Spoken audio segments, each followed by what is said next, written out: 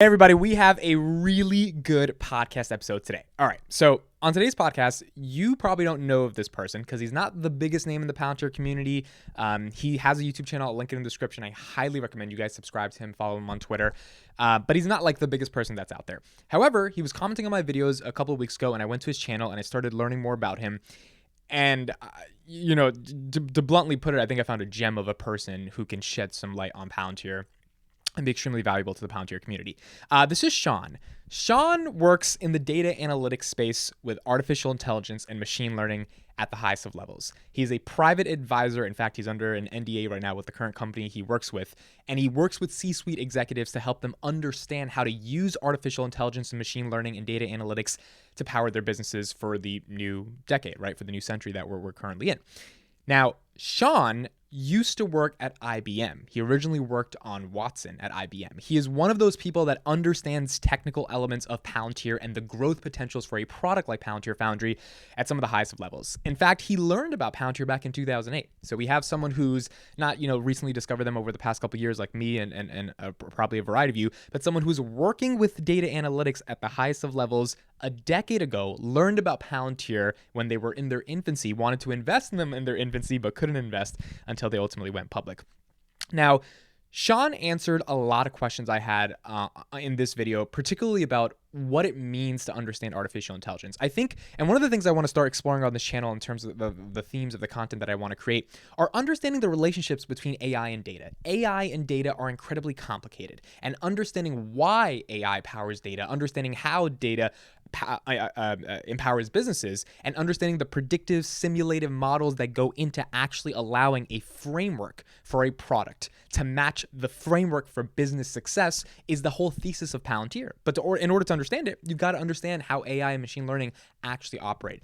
This podcast you're about to watch is with someone who has been in the industry for a long time, who understands the industry at a pretty strong level, and who understands capital markets because he's a big finance guy. He used to work with his own funds. He understands how to use money. He's been investing for a long time.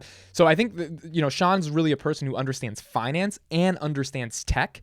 And he dives deep into tech because he's explicitly and intimately worked with this type of tech like IBM for the past decade. So I think this is going to be a really interesting podcast. I asked him some basic questions like, what is AI, right? And to give me your explanation. I just kind of let him talk and explain all of this different stuff. And I also asked him, how does Palantir have a competitive advantage in comparison to all the other people that exist with their specific use of AI and their specific use of Foundry? I think this is a good one. I think this is really awesome. A lot of insights shared here. Let me know what you guys think in the comments. Let me know any other questions or topics around artificial intelligence and data and machine learning that you guys would like to see. And shout out to Sean. I think he did a great job. Definitely follow him on Twitter, subscribe to him on YouTube, and I hope you guys enjoy this podcast. Hey everybody, welcome back to the Amit Courageous Show. I am here with Sean Troy. And Sean has a pretty deep background. You guys probably don't know too much about him. I will link his YouTube in the description. He is one of those people that I think is going to be able to shed some amazing insight on Palantir, particularly because he has 20 years of specialized experience working with data and analytics. He works with AI very intimately, and he was originally working on Watson at IBM.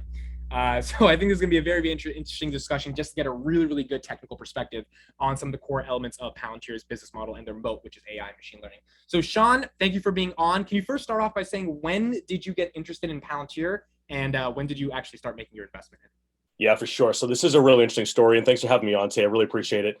I was coming back. I'm in the Boston area. I was flying back from San Francisco to Boston. This is going back years, actually decades. And I'm sitting on the plane. I had a couple meetings that day, getting ready to kind of relax and call it a night. And someone turns around and says, "Hey, dude, you're Sean. We were just talking to this conference about AI." And he goes, "Have you heard of this company called Palantir? It's some Lord of the Rings reference or something." And I had just heard some rumblings about it. I know Peter Thiel was involved. I had a little bit of idea of what was happening there, but not much, right? Very familiar with the space, understand the needs of being more intelligent and deploying analytics. And he drops an article on my little tray table. He says, "Dude, have a read and let's grab a coffee after we get off this plane." So, 6.5 hours later, we land in Boston. It's 3 a.m. and we talk for 2.5 hours about Palantir. This company that's doing cutting edge GovCloud work, really integrating real-time data and analytics into the workflow to create a better process for having what we call typically edge or IoT-based data at scale. Yep. And I was like, holy moly, I got to get my eyes around this company. So I check out their website. They're literally not hiring anyone. And I said, well, okay, cool. So this is really hardcore Silicon Valley structure. We're going to go with devs and engineers first. And that was sort of like the first seed of, okay, this is who's coming down the pipeline. I want to start paying attention. And with them and some others, I've been really deep in the space and sort of really looking at the big picture of where we're going globally from a macro perspective, as well as where these companies succeed in from a micro perspective. But I'll pause there for a second. So that's sort of where the hook hit the water on a random flight with a random dude I hadn't seen for years that I worked with years ago. This was in 2020 or 2021? When was this? Yeah. No, I'm talking like 2008. Oh, so you found about Palantir a while ago. Oh yeah, this is when the technology was just first being developed. There weren't these names that you guys know today were not the names I knew them as. We were more looking at sort of some of the issues they were having, governance issues around the data. There were big conversations at the time as well on how the data was being collected, whose was being collected. The things that we aren't talking about as much today is where it was back in those days, really heavy on the data governance and operationability perspective. So cool stuff back then. And that makes sense in 2008 that you were so into it because your professional job is in this industry, right? So like you kind of need to know through the grapevine what's going on in the industry. It was a potential competitor at best, or a point of interest and potential job as well down the road if it was interesting. Got it. Okay, now take me to your background a little bit. Can you talk and tell the audience kind of what you do in regards to data, AI, analytics as like a day job, or just like kind of where your head is at every day? And then we can transition on how that relates to why you're bullish on Palantir. Yeah, for sure. And actually, I've got a great scenario we can run through with your startup actually on how I would think about segmentation and classification to grow your company. Okay. So first and foremost, I work within sort of the technical sales and consulting side of AI machine learning. I meet with executives of companies all over North America and help them to understand what digital disruption looks like, how to leverage AI and machine learning at scale, how to embed that into their process. And I have a pillared approach that I do. I'll explain this in a second. And what we do is we talk through business cases, use cases, trying to understand the total cost of ownership versus ROI of these edge-based AI technologies. Right. And what we really try to get down to the nuts and bolts of is where within an organization can we leverage autonomous learning and intelligence to define and deploy better KPI metrics, right? How do we start asking questions of the business? I'll give you a great example. I don't need a list of all of my customers who have churned. Right. I need a list of the customers who are going to churn in 3 months, why they're going to churn, and what I can do about it. That's what I need to do. And so that's a majority of what I spend my time doing. It's a lot of really fun conversations. And I'll tell you too, I think the biggest challenge, and this is both a positive and a negative for Palantir, we can get into this as we go, is it's early, man. It doesn't feel like we're early, but it is early in the process of analytics and AI. I think that there's this, let me actually take you back in time. So going back to about 08, 09, working at IBM, was there for a decade. We had put out this thing called the AQ, a little bit of a play on words of the IQ. AQ is the analytics quotient. And what we did is we went out to something like 5,000 or 10,000 CIOs globally and basically asked a number of questions about where they are on a digital journey in and around data at scale. And the thing was, what we were trying to do is build out a very heavy thesis around the idea that a data-driven organization is one that delivers better results to their customers, a better experience to the customers, and then better results for themselves. I actually wrote down 3 things. I have to look to my left to read them to you because I thought these are things I use every day. Okay. But data-driven organizations are 23 times more likely to add customers, 15 times more value is delivered to their customers, and then 6.5 times more likely to retain customers. This is important because these are the challenges of the modern executive, and especially the modern CRO or revenue officer. Their challenges are so unique today from what they were before because the interoperability of SaaS-based software systems that can be turned on or off, connected easily, it's so easy to get churned out of an account without even knowing why because of one single bad experience. Right. So we have a lot of conversations like that with our customers. So that's, in a nutshell, what I'm very lucky to get to do. And you're not working with IBM anymore, right? You're kind of doing your own. That is correct. Yeah, I can't say who I work for right now. I'm under NDA, but long time with it. And actually, my company before this company was also supported by some of the folks who are supporting Palantir. So it was another intelligence company doing some really cool stuff with what we called exhaust data, basically taking data that no one else wanted and doing reverse identity profiling on it. Really cool stuff. So what I'm getting out of this is you've been in this industry for a decade now, at least a little bit longer than a decade. And 20 years. And your understanding of this industry is that the technological transformation that is happening, which we're basically at the beginning at, is companies, organizations, nonprofits, any important institution in the world that is going to have any influence in the world. And obviously companies have a lot of influence in the world because they support people's lives by giving them jobs, is going to have to keep their companies running. And in the new technological age that we're going into, in order to keep that company running, they're going to have to understand data at the most granular levels and at the most macro levels. And in order to understand data at those levels, there have to be presumably some predictive simulative technologies that are able to help you model the decisions you're going to have to make based upon data that you don't even understand how to make sense of. I think it's so much even more than that. I think we can boil the ocean down to this. There will be those who execute on AI and intelligence and those who don't, and they'll be gone. And that's going to be the full stop here. It's like how many companies have survived without going online? That's what's going to be happening here very soon. But before we keep going into Palantir, I want you to break this down for me from someone who understands this probably more than a lot of people in the world. What is AI? Yeah, so let me give you my little diatribe that I like to deliver here. So when I think about this question of what is AI, machine learning, intelligence at scale, what I like to think about is when we go and look at your organization, right? This could be sales, service, CX, operations, research. This could be your HR department, your finance and accounting department. We have data that lives everywhere. It lives in silos. Silos can be Excel sheets. It could be data warehouses. It could be data lakes. It could be anywhere within the organization, right? What we need to do is find a way to operationalize all of that data at scale in a way that's meaningful and makes sense when we output it to the end user. Okay. Right. So what I oftentimes like to imagine is I'm going to take this big smart blanket. I'm going to lay it over your entire business. This blanket has to have the ability as a layer to pull every piece of data up and into it, bring it all into one singular, easy to understand and standardized view, and then allow me to run automatic models off of that information. I'm going to get into this in a second here, why AI plays into this. So once I have all of my data connected, I have that connectivity, I have it living within this layer, this blanket layer of my business. Now I need to operationalize that data. So what I need is, I need to do a couple different things. I need to first have the ability to figure out how and where I'm going to be able to connect this data, make it look the same. So I need to have a data prep layer.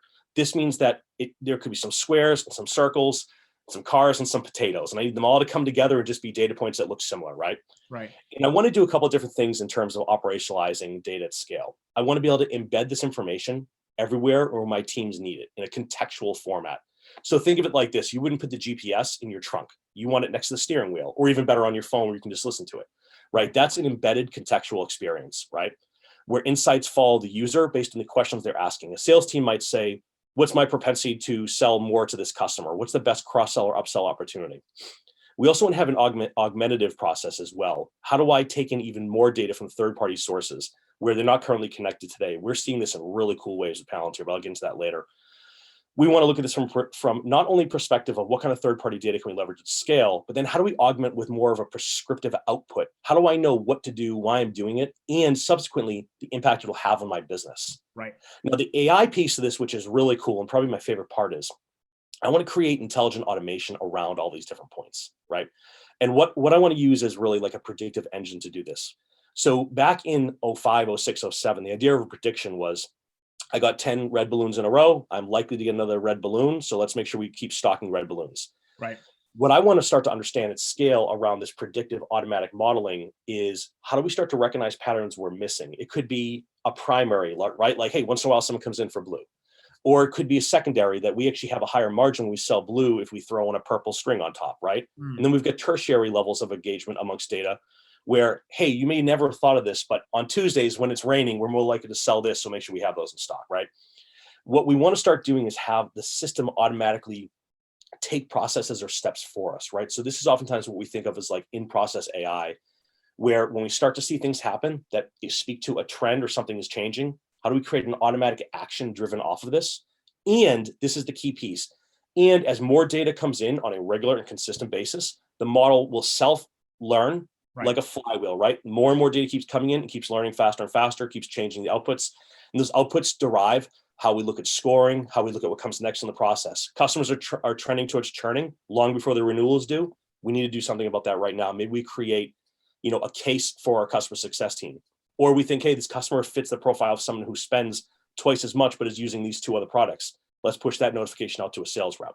Right. Sort of the fourth pillar of this is this idea of prioritization by leveraging AI within the process. Prioritization is the piece that in my experience is most important to the C-suite in general. So CEOs, CROs, COOs, et cetera. Prioritization is really understanding what we're working on, the impact it's going to have, and why we need to do it right now. Which leads do we follow up on today? Which have the highest likelihood of converting? Which products sell best and have the highest margin rates, et cetera? That's really the way we think about it. So I define an intelligent experience based on AI's ability to embed information everywhere, augment with third-party data and prescriptive analytics, automating, leveraging predictions that take advantage of changes in scoring, and prioritization as a way to create velocity and agility in and around your business. That is one of the most comprehensive. That's one of the most comprehensive definitions I've ever heard of AI, explained in a way that's actually simple to understand. So Thank you for that. I think that makes a lot of sense. You mentioned a lot about how we need to have predictive analysis of data in order to make sense of it. Did the rise of AI happen and it become basically this buzzword in the past decade because companies were generating so much data? Or did you think inevitably, based upon how technology works, there was going to be something intelligent that was going to emerge as a result of just innovation? So I've got a great, easy conceptual way to think about this. With the absolute explosion of data, and there's no better way to say this, it is no longer conceivable that we can take and simply just merge files together and then quickly look at a visualization and say, oh, look, here's what we need to do. Right. Because we have data coming not just in so much scale, but across so many different platforms and services, we need a way to basically have a system that can automatically represent, understand, and prepare that data in a way we can create analytics off of it, right? So any good AI-based company or system is going to have two layers, right? Data prep, connectivity, and then visualization and sort of, explanation. As we've seen it go from like these on-premise servers and data warehouses, right? Like think like you got to rent a big factory, you stand up a bunch of these servers, and they store all your information on hardware. Now that anyone and their mother can start a company in the next 2 days with $200, rent space for their data, and have that data live all over the world, it's created this need to be able to pull it together really quickly and really easily. So the way I like to think about it is this. You walk into a supermarket and there's aisles, and above each aisle is like, I don't know, bread, cheese, whatever. Then there's milk and soda, then cookies and chips. You know exactly which aisle you need to go to. You go halfway down, you know where your chips are that you like. Now, the problem today is that's not the way a lot of data is organized because it looks and feels so different. What we now have is like a junkyard approach to data. I just have 10,000 cars and all their different parts in a humongous pile. Right. I don't have hours to spend sorting through and looking for an exhaust for a 1983 Buick Regal, my first car, by the way. What I need is I need to instantly say, I need the exhaust for a 1983 Buick. And it goes, here it is. Here's the exact coordinates of it. Let's pin down, grab that right away for you. This is where the ability to have a system that can learn and understand and keep track of and work with that data, it really scales and helps you to deliver those like immediate insights. What's really particularly interesting here as well, on the same note that you're mentioning, much like Palantir and much like many companies in this space, the reason we see it start with military applications is because it's mission critical and a lot of times it's life or death. So you get not only boatloads of data, but you're getting data at scale tied to important mission critical outcomes. So there's oftentimes a lot of money to work in that space. It's not hard to raise the capital, but those use cases, it's those kinds of use cases that are really the edge of AI, that like tip of the spear. It has to be lightning fast. It has to always be correct and has to have no fail.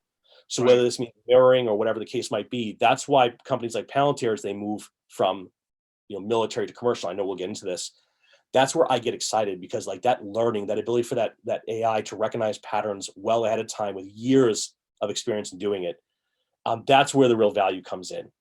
But it's even more than that too, right? When we think about data, it's I get excited, and I'm lucky to work in this field because it's not just sales and service data. It's not customer revenue data, right? It's everything. It's IoT or Internet of Things data, right?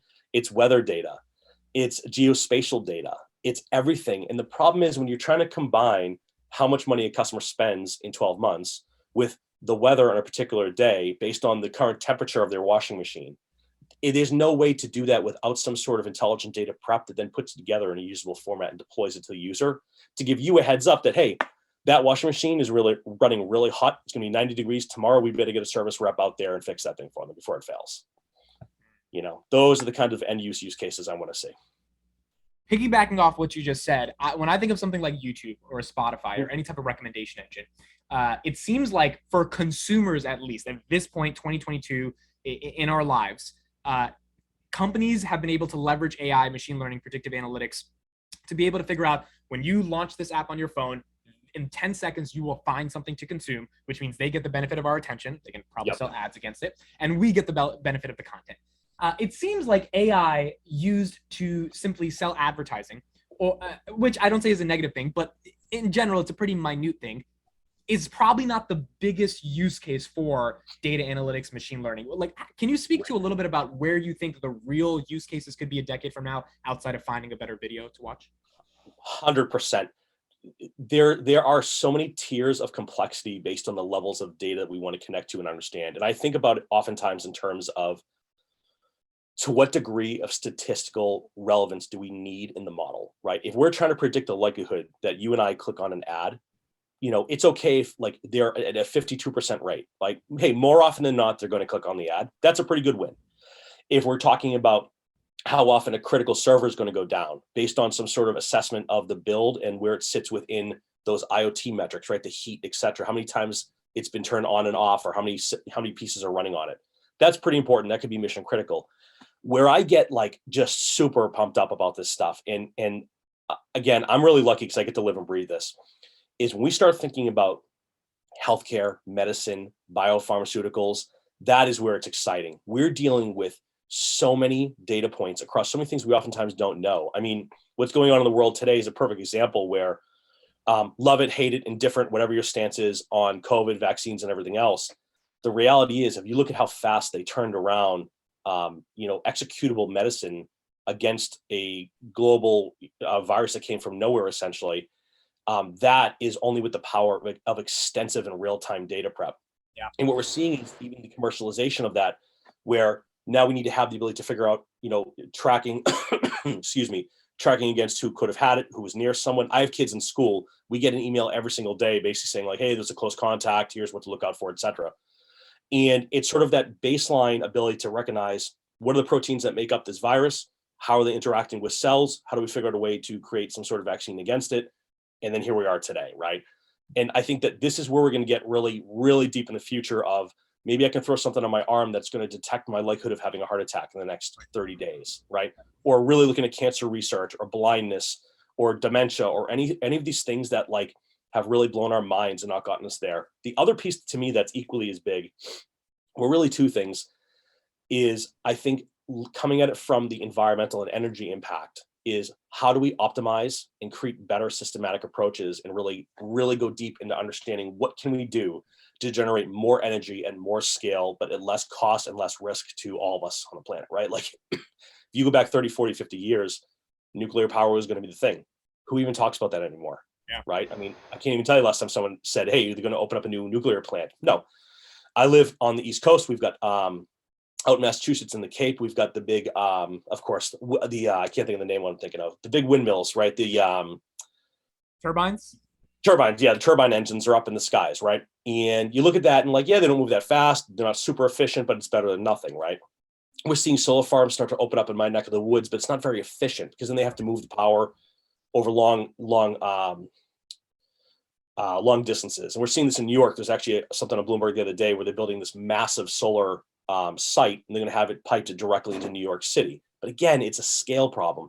Only data and only data at scale can solve for this. The other thing that ties into all of this is also like when we look at our food industry, right? I did a video like months back on what I thought the next $1 trillion industries were going to be. And I was really focused on like biopharma, agriculture, and energy, because those are things that we simply just do not have answers for, even though we think we do, right? It's not a question of just drilling more. It's not a question of just having more farms. We need that farmland for those solar panels. Right. We need those solar panel, right? It's like one thing has to hurt the other. So I think only with more intelligent systems where we're driving data at scale and getting those insights at scale can we really bring that to the market in a way that's going to be efficient. And in many ways, what I'm looking for in real time is, who is the company delivering the shovels, not doing the digging for the gold?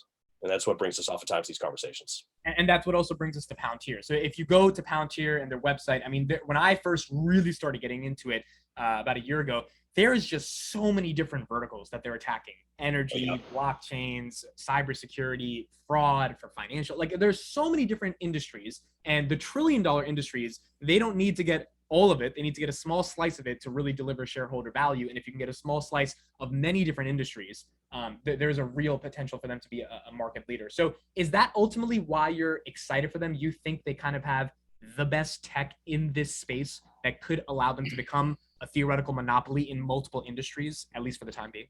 Sure. So I'm gonna soften the blow a bit on that. I think that there never has to be one winner. I think there can be a couple of winners who have differentiated value and will oftentimes work together, a layer on top of each other. My experience working, especially with the biggest companies out there, is there is standardization, and then there's also some other players for key areas. I think what's exciting about the way Palantir is approaching this is they've been very thoughtful about how they want to go to market here. They wanted to be the dominant player in the military and government sector, right? We know that. This is like the thing that actually stands out to me the most about Palantir that gets me excited is Apollo. I think a lot of people get excited about the visualization layers and the operational layers and how they're going to bring it to commercial and military, et cetera. But the biggest challenge in 2022 is almost all enterprises out there, government, private sector, whatever. They have disparate data that lives on legacy old systems. They've got it on brand new systems like AWS, Azure, et cetera. And they need it to all basically be brought together in one place. So if you think about the way architecture works in and around analytics and AI, right? We've got your company's different data sources, right? Then we need a connectivity layer, then we need an operational layer, then we need to sort of like deploy those things out. Every company's got that data layer. You can then treat Apollo as a standalone singular company almost that acts as that connectivity layer. And that's the piece for me that is the absolute biggest challenge, hands down, in the commercial space. And if you're solving for that, that's where I start to get pumped up, because the ability to connect to public and private clouds, gov level clouds, heavily governed spaces, as well as Excel sheets and data warehouses that live on a computer. Right. That layer gives you the ability to then really scale at speed on, Foundry as that next level for enterprise, for example. So when I think about this, and I approach it with customers, this is just my perspective. I don't work for them. To me, it's like, let's really embrace all of your data, no matter where it lives. And then, what executives oftentimes say is, well, it's bad data. In 20 years, I'm yet to ever see good data. I'd love to know what it looks like, because it doesn't exist. Because every day, some data becomes stale or outdated, or someone enters a name wrong, or a revenue number wrong, right, or there's a sensor that goes bad. So there's always bad data. But the question is, how fast can we prepare that data and look and find those anomalies that live within it? And by having a strong AI tool to recognize in workflow, in the flow of what it's doing, and flag, here's a problem, there's a problem, this doesn't fit. What we can then start to think about is performing AI at a data level. And we haven't really gotten to this yet, but this is the cool stuff that absolutely no one talks about because they don't see it, right? At the data level, when we're connecting and we're merging and we're joining these things, it's a big process. It doesn't have to be hard, but it is a big process. What we're starting to see a lot of companies do that's really cool is they're applying AI machine learning, excuse me, at the data flow level.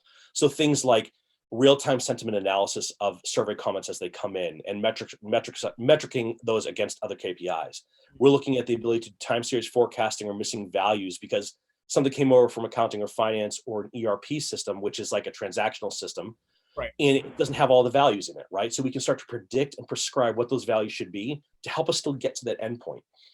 And that ability to start to apply AI at a data level, at an operational level, at an output level, this is where that intelligent blanket starts to come in, and all points are operating off of the same vision of the same customer, right? Because at the end of the day, what we're really working towards is this complete 360 of our customer, whether it's the government or a plane or a net new sale for your company, right? Like, we want that 360 to understand everything we can know about that customer, from how they buy to how they consume to how they get retained. And that's what this whole piece of it really comes down to for me, is that platform approach. And sort of your argument here for being bullish on Palantir is that they have what seemingly is a technology that other companies don't have because of their patents, because of their why do they have this and Google and the other guys? Yeah, great question. And this is a good segue to cover this. When you start with non-mission critical, non-life or death situations, right? And God forbid, it's terrible that we have to have those, right? But let's call it what it is. If you and I started an AI company tomorrow, which we could do, okay? We can grab some commonly used algorithms, we can throw them into a box, throw a patent on them because we have a special color we apply to it, And we've got an AI company, right? We could probably raise $250,000 by the end of next week, and we're up and running. And we're going and trying to sell this, churn reduction solution to customers. And the problem is my model hasn't had time to properly learn. It's easy to say things like, well, I've gotten some old data. It's like, yeah, but we're moving at the speed of light. Like the things that are happening to companies nowadays at a macroeconomic and global perspective are insanely quick and fast. The likelihood of someone buying a solution is just as likely as a stock going up or down nowadays, right? So you really need to have that long tail ability to show, here's how our models have performed in all environments in real time with real data flowing and streaming in. Simply having the ability to say, hey, here's a historical view of how my company has done things, it's not that powerful to me. Right. The amount in the vast types and arrays of data that are coming from military and government applications that have allowed these guys to perfect their platform from a standpoint of how they work with data, how they join it and merge it, and then how they deploy it. That is a moat that you can't beat simply by getting some old data sets and running tests against. And there's going to be people who watch this and they say, totally wrong. I could do that. It's not that you can't do it, but it's having a live working model. And here's what we know. These agencies keep buying. They keep coming back to buy more because it's delivering real-time results. Being able to take and build a company to detect where a drone can in real time send back IoT data on geospatial positioning, coordinate tracking, and the ability to have a weapon system. You can't fake these things, right? That's real data points in real time with a lot of change. So the fact that they started in the private and defense, in the defense sector and government sector for me is a major bonus. The fact that they've got a team of people who specialize in commercial markets is a really exciting thing for me. And I want to call something out here because I think there's a lot of other folks on YouTube and in this environment that do this. I don't look at companies by stock price. I'm a huge investment guy. I've got a background in alternative investments, capital markets, whatever. But I start with the company, right? Too many people start with like the price, the market cap, and how much it's moved in 10 days. Like I'm looking at this and I'm saying where I was 20 years ago to where I am today is astronomically, unbelievably different. But guess who was there back then? Well, Palantir was. Right. And some others were too, of course. And I'm bullish on a bunch of different folks too, but I'm not on everybody. And say to myself, in 10 years, are we going to have more data or less data? Of course, more. Is it going to be more disparate? Yes. Is it going to be more siloed and coming from new types of systems? Of course, it's obvious. So what I'm looking at a baseline is, does this company have the type of leadership, the vision, the interoperability, connectivity, and the ability to execute at scale that gets me excited as someone who has to, unfortunately, compete with them, frankly. And I want to know, like, what do I need to do to beat them? And I want to talk to another point here, too, that we didn't quite cover. The biggest challenge, actually, there's a couple of things, too. I'm getting going here, man. You got it. Like, there's a couple of really exciting things here, too. We need systems that can be up and running quickly. This doesn't mean that they're at 100% optimization on day one, but how fast can I plug you in, turn you on, and start to build some models, start to get some variance, start to understand what kind of segmentation, classification, correlations I'm seeing. Because of their build of Apollo with Foundry, they can do these things very quickly, where the system will recognize data connections, start to make those connections, pull them together, and allow you to start to operationalize on that. I've done my homework on the architecture of how they build. So this isn't like my version of like I read a website and then we're talking for 30 minutes about it. Like I understand their architecture at scale. It's very interesting the way they do it in terms of how they can connect so many disparate systems. And the fact, if you look at it just purely from the way they work with like DoD, CIA, et cetera, they're so high up in where they're allowed to access data at like classified cloud levels. That's really says something, because those systems need to be merged and combined with those other systems. They're doing that. So the other piece of Palantir that's got me particularly excited, I could talk about 50 different things here, but like they came out recently, a couple of weeks ago. I know a bunch of us made videos on it, on their certification program. Yep. I think that most people do not understand what a big deal this is because they don't work in this space. So the key here is how do you create something that's bigger than yourself? Okay. Palantir is a pretty big company. People know who they are. They know the name. They understand that you need AI and analytics, even if they don't know what it means. Okay. But a certification program means that what we can start to do is build an ecosystem that goes beyond who we are, right? This means now other companies benefit from me releasing new products or from when I release new updates, right? I'm going to have a world of consultants who make their living on installing, implementing, and refining my system. What this means is those same people want to start to generate their own income and build their own system integrator partners. And they now are going to start to push Palantir because they see the value it's bringing. And then they'll have their own references of successful clients when they go out and get their new clients. Right. There's a reason why the biggest, best companies on this planet have massive ecosystems of certified professionals for their programs. It's because that's how you scale without hiring. Speaking of hiring, we know that this big push to go into commercial is one of the most important things that Palantir can be doing right now. If you look at their careers page, it is absolutely loaded with positions. Not just like a handful of salespeople, but everything from product to finance to ops to marketing to sales to service. I mean, they're hiring in a big way in big time. And I think it's going to bring a lot of heat into the market. And I mean, I'll be honest with you too, like I'm even looking at like what that certification involves and whether or not it's something I would consider taking. So those are really big things. And I think that the numbers sort of speak for themselves. I'm a numbers guy, so I tend to remember numbers. So I'll just give you a couple that like stood out to me. When I know they got earnings coming up now in a couple of weeks. I was reviewing their numbers from last quarter and just sort of like the level of change that we're seeing is really important. And I think what I'm looking for is how is that trend going and how is it continuing towards this move to becoming more commercial focused? But like just the things that stood out to me, man. Q3 revenue up 36%, right? Q3 commercial revenue was 37 year over year, okay? Commercial revenue growth rate was 103% year over year. These are not like big company numbers. These are startup numbers, okay? Like 34 new customers, 46% commercial customer growth quarter over quarter, right? Commercial customers in the commercial segment grew by 135%, okay?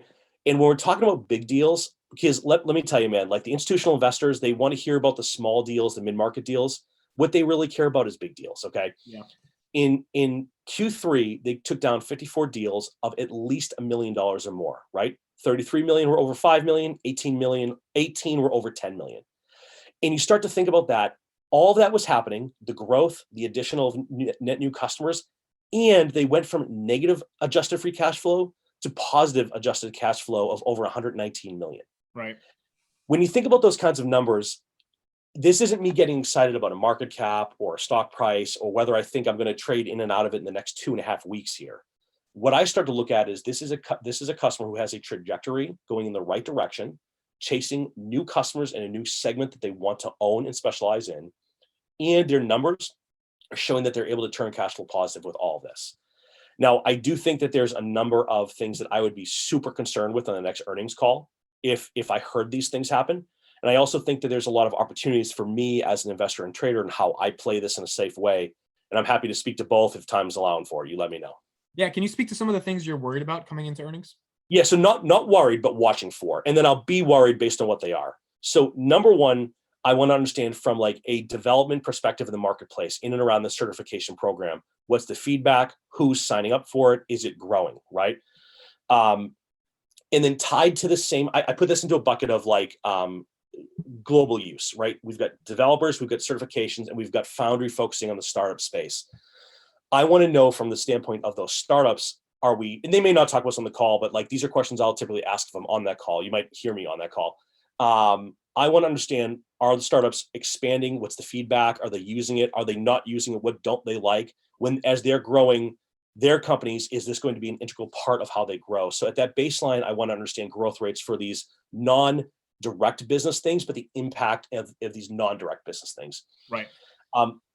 The other big concern I have, and this is not with Palantir, this is with all companies that I watch who are under a certain size, is we need more different clients, right? Right. The fact that they have a huge government spend, that's awesome. That's what's going to keep them around and keep them safe. Yeah.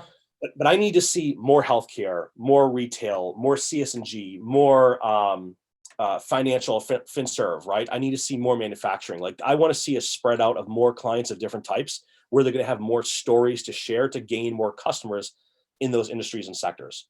So you're not that scared about like 418 million in revenue versus 434. You're more concerned about the clientele base.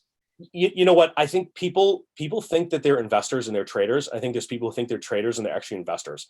And I think this speaks to the fact that folks don't know how to properly play and hedge their positions. So fear becomes the driving factor of missing a number.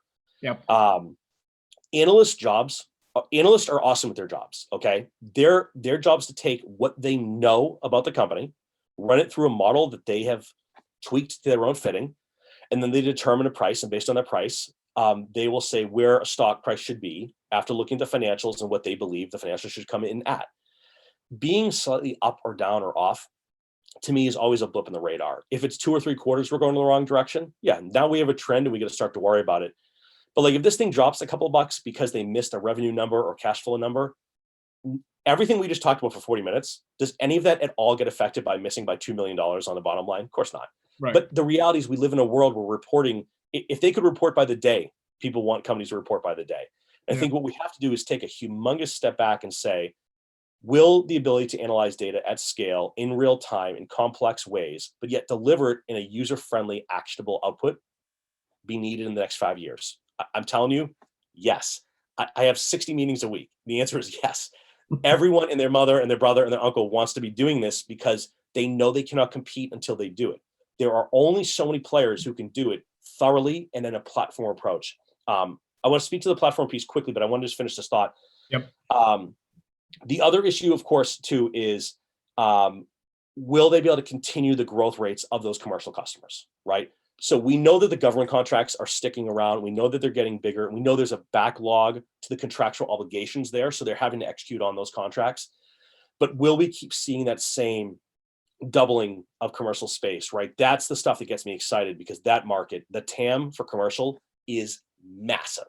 Yeah. And the more power they generate for the clients, the more those clients end up making in revenue, and that revenue comes back to them to do more work. And it's the same flywheel effect of growth. Super quick point on platform versus application. There are tons of AI applications out there today. And I think when most people think about AI, what they're confusing AI with is an application. Siri is an application. Right. Waze is an application, right? A churn or a sale or whatever, right? Pick your app that solves for a specific business need. That's an application. I want the platform that can give me the ability to connect and do whatever I want. I want to be able to go and look at my data and ask real questions. Which of my customers are increasing in their spend? Why? And how do I get them to increase more? How do I bucket my customers into my likely to buy product XYZ with the highest degree margin? Those are the questions I want to ask to a platform that touches on all data everywhere, that I can have control over how I want that model to be deployed and run in the back end. Excuse me. Those are the things that I'm looking for, is how is this platform growing and being embraced by the clients out there today? And that's a little bit of the reason why it's kind of hard to sell the platform, right? Because 100%. the client just might want the app, but you've got to sell them on this 8 million. So like, can you speak to like how you think they're going to resolve that eventually? Absolutely. So let's speak to the biggest problem of why so many investors get this wrong. Most of the folks that I engage with and talk to about these types of investments, they cannot get their head out of the world of consumers. Like, well, I just want an answer on my phone right now. Cool. That's how a consumer buys. You don't have the skill set to build it, deploy it, and connect it to all of your data sources. Right. In the realm of B2B, what we need is fully interoperable systems that can connect to everything, as we said a couple of times today, connect to everything, pull it together, create a standardized approach, and then deliver insights that generate more business for them. God, I'm going to go back in time here a little bit. Back in the early 2000s, when business intelligence was getting really popular, everything was all about how do I have an application to visualize sales or pipeline or customers that have churned, right? Name your metric. And then we started looking at predictive models, and these old systems for basically saying like, hey, here's a random score, 1 to 100. If the score is high, it's good. If it's low, it's bad, but there's no context to it. But that would have been enough for a business back then. A business today is facing so much competition at scale that it's not enough to know my customers who are likely to churn. What I really need, and this is the power of the platform, I need to understand the signals and the indicators that are in the data that I can then break down even further and operationalize on. So you might be able to get a list of customers who are likely to download your app, right? But I want to understand what is the makeup of those customers. And I want to go a layer deeper and start to cross-thread it with other factors so that when I put out that marketing campaign, I'm campaigning to Sean, who's 6'4", who has blue eyes, is 39 years old, and has a YouTube channel, but works full-time in AI and analytics, right? How do I find more people who look exactly like that? That's the granularity that I want to get to, that only a platform that has all of the data, all of the models, all of the metrics, all of the work and operations behind it in one place. Because then I can look at that end-to-end perspective of the platform. So why is that such a hard sell to these companies? Yep. So I'll give you a great reason. Commitment. Everyone wants AI, but they don't want to put the money behind doing it the right way. Right. And what happens is there's a lot of priorities. You're running a modern company today. You're the CRO, okay? As a CRO, you're responsible for top line, bottom line. You're responsible for net new sales, renewals, net revenue retention. You have so much on your plate that you need a sales system, you need a renewal system, you need a customer experience system, and a customer success system, say, right? Do you really want to take on a multi-year AI project connecting all of your IT resources to your sales resources, to your accounting resources? Also, then your data team has to be involved. There's a lot of considerations there, and not a lot of companies really have a strategic vision for this. There's no insult to anyone there, for anyone who watches this and maybe recognizes me, but like the main problem is there's never been training for the modern executive on how to think about autonomous insights at scale. You can take an MBA class, you can do whatever you want, but no one's teaching you how to leverage artificial intelligence to drive prioritization within your business. So a lot of times the people who get it just happen to be very visionary, or what's really helpful, the companies that are out there looking for people like chief data officers or digital transformation officers. Those are the folks who have a vision for it and understand the marketplace and how they want to go to market in and around it. And the reality too is these products don't always produce results.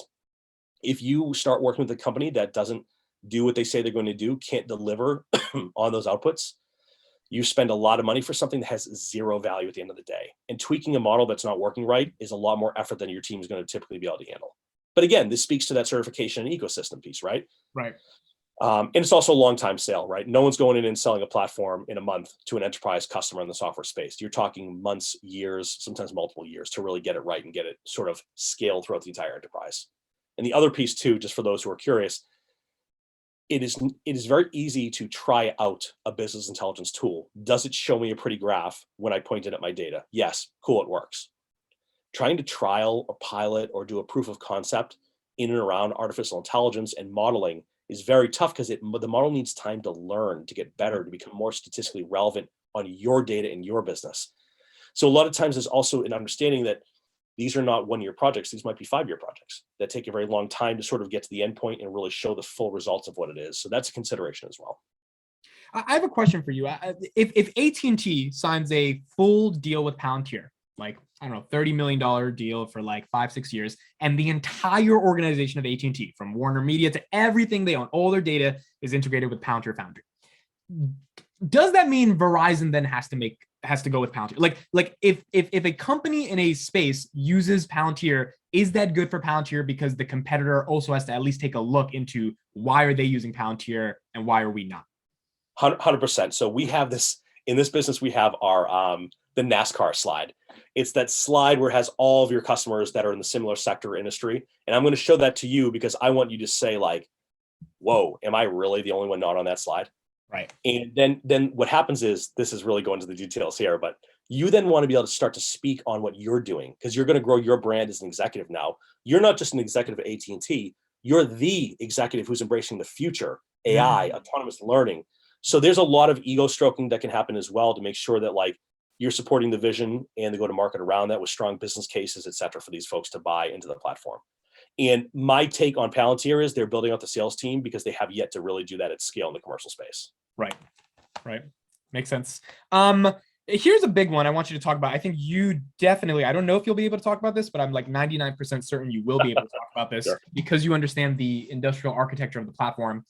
Palantir talks a lot about being the ontology of an organization in terms of the ability to connect relational databases. Can you like break down what does it mean for Palantir to be the ontology of a company's data? So at its most basic level, here's the problem, is there is a lot of risk in the modern enterprise of who is seeing data, how they're seeing it, and the value that they're pulling from it, both from a standpoint of whatever was leaked, how does it come back to the way they're running their business. If you can represent the golden the golden ticket of knowledge for your business, right? Just in this case, I'm assuming that's what they mean for Palantir.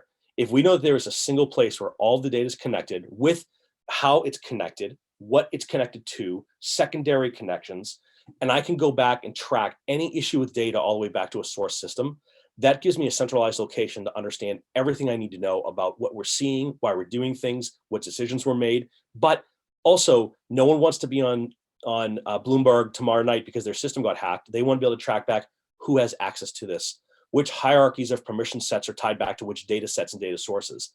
And oftentimes we also hear this quite a bit where I want my sales team to have what they need, but I want my finance team to have what they need, and I want, whatever. This is a way where some people need it all. So I'm going to turn on total permission to see everything that sits within that central location of data from an analytics perspective in this case. And I'm going to give some people access to certain types of data. Some people have access to other data flows and models that are coming out. That's the way to think about it is we just need to be able to track back who, what, where, and why was data touched, integrated, and used, and for what reason, outcome, system, et cetera, is it being done. Nowadays, the modern architecture, it doesn't look like that. It's thousands of lines, interconnected, cross-weaved, and oftentimes the wrong systems with outdated data. Right. And if Palantir can become the ontological backbone of an organization, then that becomes incredibly valuable at that point.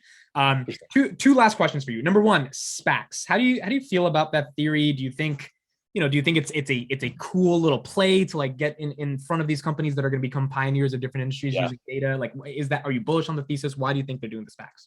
Okay, so I went through Y Combinator startup school a while back. And one of the cool things about that is I think about it in the same way that like they invest in their successful companies that come out. They have investor day where they have people who are trained in the YC ways to then invest in their YC companies. And this has made them wildly successful because they're in at the ground floor and can influence the way a company goes. Right. When I look at Foundry and the way they work with brand new startups, like 1 person, 2 person entrepreneur teams to build their companies, they're standardizing on their product right from the get-go. They're going to be able to help guide them and direct them towards the best way to deploy that and get that out to the market. So the SPAC process for them is an easy way to capitalize and cash out as the sponsor of that SPAC. Right. And know the process of who they're getting behind when they do it. Now, from like a business risk perspective, the risk is huge. They could blow up. SPACs could become the big no-no to touch in the investment world, right? Who knows? But it's not surprising though, because if you look at the leadership team and the funding team here, right? We've got Thiel, we've got Lionsdale. Like these are hardcore PE VC guys who are going to want to have opportunities to have other exits and outcomes. This is an easy way. Well, even take that further back. I mean, I think people don't realize like this is just super common. Yeah. We talk about Palantir because most people don't dig into the weeds of the other huge tech companies. They're all doing the same thing. Sometimes what they'll do is just act as VC or PE for them rather than a SPAC. The SPAC actually sort of completes the process where they now can just take it and put it out in the public eye. Right. So I think that it's an interesting play, but one we're going to have to see how it works out. Now, in my opinion, they could just as easily do DPOs or IPOs with them as well, and just simply be a shareholder in that process as opposed to doing it in a SPAC. But I'm indifferent either way. I have heard some of the negatives, and I see them in your comments too sometimes. And it speaks to the fact that a lot of folks don't seem to understand exactly how this works, because the SPACs you hear about on TV are very negative, because that's what gets people to turn on CNN or whoever. And it's always talking about a SPAC scam or this one went bad, or they'll point to like electric vehicles where 30 different people SPACed on the same day, basically. SPACs have been around for a long time. It's just a new name for something that's been happening forever. This is just an easy way to get liquid on your investment within a company that you've been investing in. So I'm indifferent towards it. I don't know if it helps or hurts. I think the reality is, if we know where they've already put the money, we can calculate that risk in as part of the overall valuation of the company. Right. And if we think that there's room for upside on any of those SPACs, it's very easy to build that into like a high-end model where we're going to be on price as well. Right. Makes sense to me. My last question for you, given you are bullish on Palantir, given you are obviously making content about the company, you're consuming content about the company, you're understanding it from a real technical perspective, like, do you truly think Karp and Thiel are the guys to lead this company to the promised land over the next decade? Like, how do you feel about visionary leadership behind it? I love that question. So, God, that's such a good question. So oftentimes the way we think about these things is there's a person who's really good at getting to 50 million. There's another person who's really good at getting a $250 million and then $1 billion and so on. And then there's unicorns. Unicorns are folks like Karp. Karp is to someone who doesn't work around data science a lot, right? And the people who are in this realm, it is very easy to look at this guy and be like, eccentric, out of his mind, lots of negative connotations they might make. And they have to realize like he is just outrageously intelligent and doesn't care about the bull crap and the negative stories and the silliness behind it. His sole focus is creating a globally dominant company that integrates data at scale to drive business. So as long as he stays on that mission of that single-minded ability to execute as a CEO, and then has the team around him to support operations, finance, governance, I think this is an unbelievable great team. And Thiel, of course, you know, so much negative news comes up. Yeah, like he's like fire. Like he can keep you warm or he can burn you. It just depends how you look at him. Yeah. I think that with Thiel's mind for business is so strong that he's going to make sure he's bringing the right people in here to keep expanding the right kind of ways. I think a very good tie-in to this is like every time we talk about like a genius billionaire founder, it's the same connotation, like Elon, right? You love me, you hate him. Zuckerberg, you love me, you hate him. Dorsey, you love me, you hate him. But no one can deny that their companies are absolutely massive and gigantic, because when you have a single-minded focus on being the best, building the best, and developing and pursuing the best, those are the people I want running the companies that are in growth stage for me. You know, and I think it speaks volumes to the fact that people don't understand him. Well, of course you don't understand him. This guy is an absolute genius who's developing, you know, integrated AI operational systems at scale for the military for the past 20 years. But it's only gotten popular really because they went DPO and they have a cool name and some AI going on. I would have invested in these guys back in 07, 08 if I could have. In fact, I called NASDAQ's private markets and tried to get shares. I couldn't. No one was selling. So, you know, it just speaks to the value that like they've been on the same trajectory for 2 decades and it's still working and they're still doing well and they're still growing and man, the numbers are improving. I think what can you say about a founder who has a brilliant mind, the ability to execute on it, and the numbers back up what he's saying? I don't know. I think it seems like the right guy to me. We'll leave it Pretty at that. exciting. Very, very exciting time. Thank you so much, Sean, for being on the channel and shedding your insight. Again, I think you're someone who understands the technical parts of this and is able to communicate the technical parts better than a lot of people that I've seen talk about Palantir. YouTube and Twitter will be in the description. Everyone, please give him a follow and subscribe. Like he can really break down this stuff at a deep level. And yeah, anything else you'd like to say? Know how to hedge. If you love a company and you think it's going to go up, it doesn't mean it can't go down in the short term. Know how to hedge. I'll just leave it at that. Yeah, the past couple months have been a little stressful for a lot. Yeah. Thank you so much, Sean. We'll see you next time. Thank you very much for having me. Appreciate it.